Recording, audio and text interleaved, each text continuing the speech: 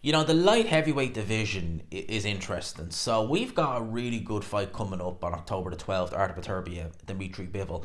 It's a fight that we've all been looking forward to. It's a fight that personally for me, I've said it before, I'll say it again, I can't wait to see.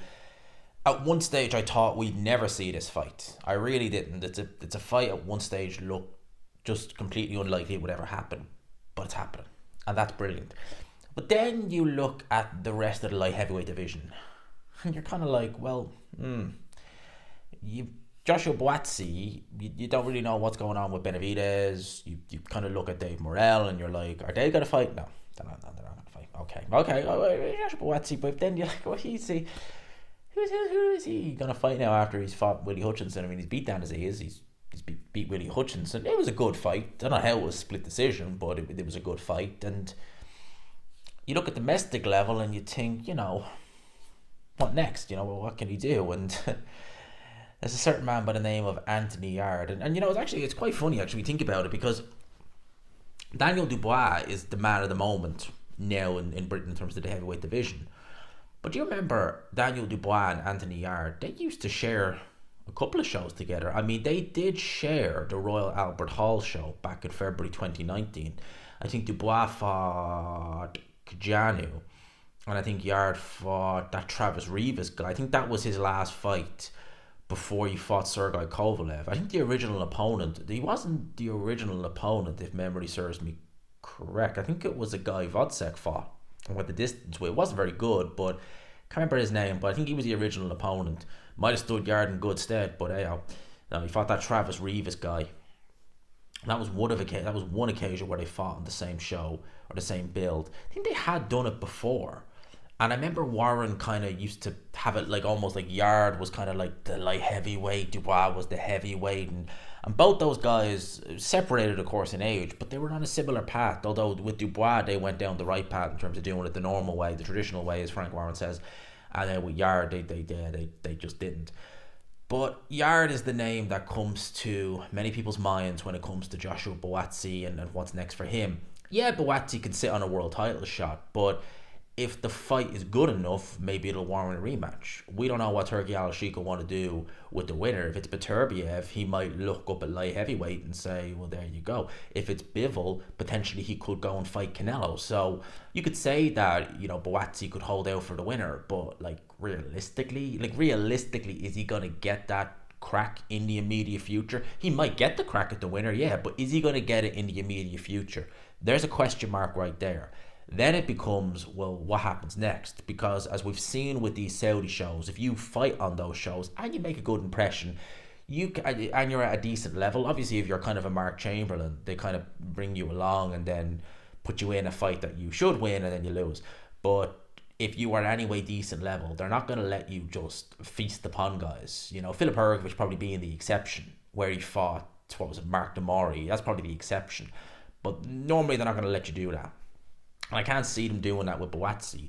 Then it becomes Yarde Boazzi. That's a fight that we've wanted for a long time. You got to remember when they were talking about that fight earlier in the year, it was seemingly that was going to be, if it did take place, it was going to be in a Boxer show, because Boxer weren't really dealing with the Saudis at the time. Now they are, and you're thinking, right, that's perfect. We've already had Matthew versus Queensbury, and Ben Shalom has got a win over Queensbury, which, I think Eddie Hearn, when was the last win he got over Queensbury? He did get a win, didn't he? He did get a win, but blimey, I can't remember. Oh, it was Jayat Pataya versus Elazara. I mean, that was. I think we all could have got that one right. But yeah, we could be seeing Boxer versus Queensbury. That might be interesting. But what is going on with Yarde? Because I say Boxer versus Queensbury because with Yarde you associate him with Queensbury, but we still have heard literally nothing. And I would have thought we would have heard a little bit more. Maybe he'd have tweeted something or something like that, but we still have heard absolutely flipping zilch in the aftermath of Joshua Boazzi's win over Willie Hutchinson, which is strange to me. Because it doesn't make any sense. I'm not accusing. Some people have been speculating maybe Yarde is on a ban or something like that. I don't think he is. I certainly haven't heard anything about that. But it just makes no flipping sense where Anthony Yarde is and why this would all happen now. He fought Beterbiev January or February last year? It was one or the other.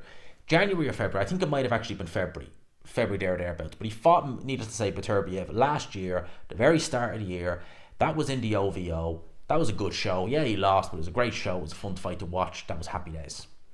He has a comeback fight on the Zhang Joyce 2 card.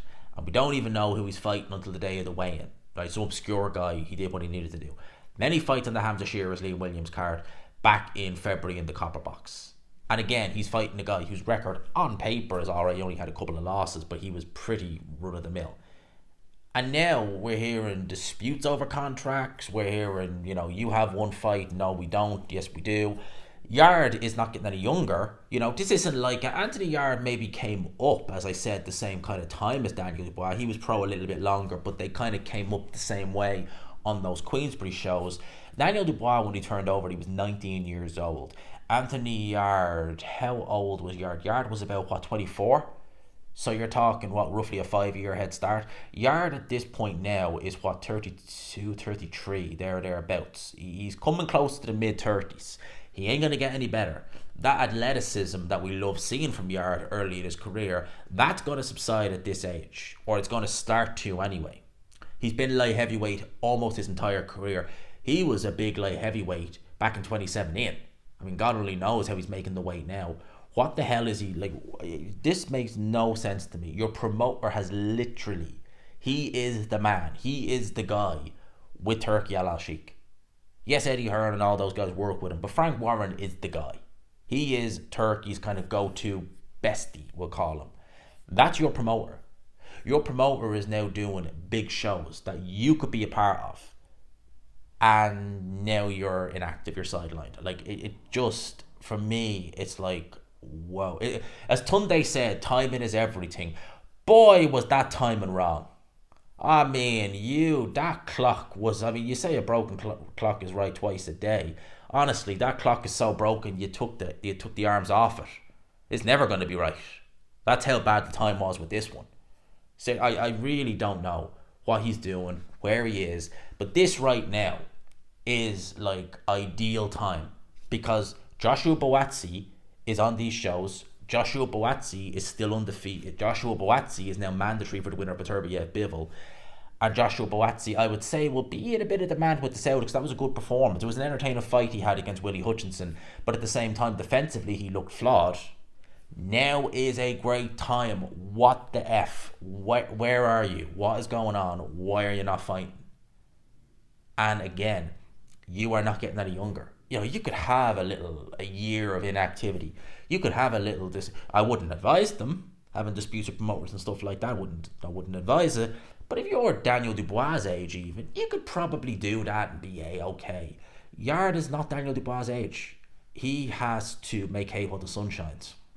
In a division that, apart from the two champions, is at one stage I would have considered, apart from Beterbiev Bivol, was a little bit thin on the ground. Now it's getting stronger because these guys from 168 are coming up. So it's not going to get any easier to get into good positions. It's not going to get any easier to get a world title if they become fragmented. Because then you got to figure, Dave Benavidez could pick one up. Dave Morrell could pick one up. Oh, God, all of a sudden it seems like, maybe I'll have to fight Dan Aziz for a vacant, no disrespect to him, for a vacant title. Oh, crap, now I'm going to, these guys are going to be a bit tougher. Timing is everything, Tunde, is it? Yeah, well, this timing was badly wrong. Badly wrong. I say this because I've always been someone who's rated Anthony Yarde very highly. I always thought he was tremendously talented. I always thought that he had a really good win in him. Because who was his best win? Like, really, we think about it, Lyndon Arthur? That's his best win. And that was a rematch where he had to avenge the loss. I've always felt that Yarde had good wins in him.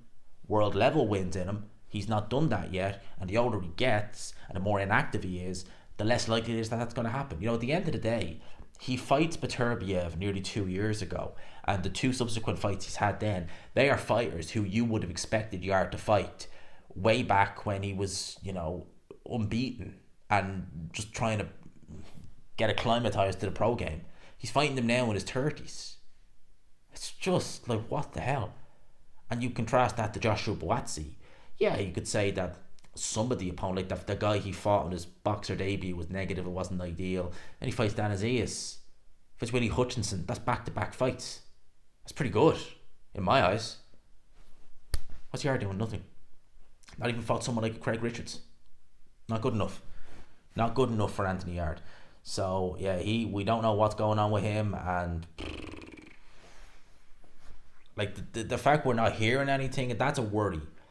And you could turn around, and be like, oh well, it's all going to be fine. He's going to have a fight in Spain in Marbella against a guy who's 2-26. Oh, that's flipping brilliant, isn't it? That'll do him a lot of good, won't it? Oh, he's back with a bang then.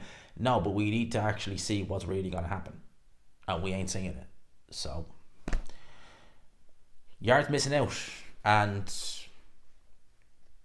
I don't know. But it looks like he's got no one else to blame but himself. I'll leave it there. Let me know your thoughts in the comment section below. I hope you enjoyed the video, people. Smash the like button if you could, and subscribe, of course, as always, if you haven't already.